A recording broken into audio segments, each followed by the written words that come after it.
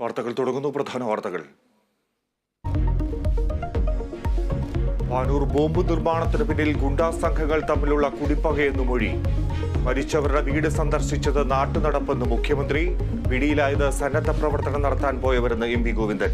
ഉത്തരവാദിത്വത്തിൽ നിന്നൊഴിയാൻ CPM-നാകില്ലെന്ന് VD സതീശൻ.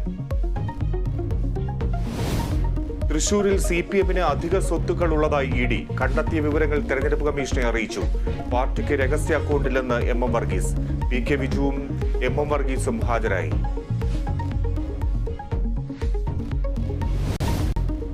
സംസ്ഥാനത്ത് നാമനിർദ്ദേശ പത്രിക പിൻവലിക്കാനുള്ള സമയം അവസാനിച്ചു. 194 സ്ഥാനാർത്ഥികൾ മത്സരരംഗത്ത്.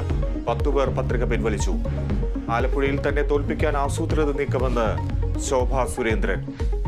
കോട്ടയത്ത് ഫ്രാൻസിസ് ജോർജിന് ഓട്ടോറിക്ഷ ചിഹ്നം. ഹൈറിച്ച് തട്ടിപ്പ് കേസ് CBIക്ക് സർക്കാർ ഉത്തരവിറക്കി. കേസിന്റെ വിശദാംശങ്ങൾ CBIക്ക് കൈമാറി.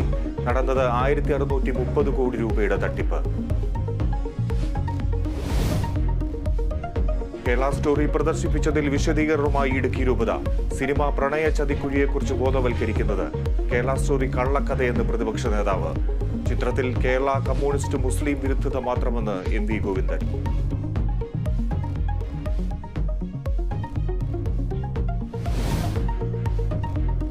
IPL-ൽ ചെന്നൈ കൊൽക്കത്ത പോരാട്ടം. മത്സരം രാത്രി 7:30 ചെന്നൈയിൽ. വിജയവഴിയിൽ തിരിച്ചെത്താൻ സൂപ്പർ കിങ്സ്.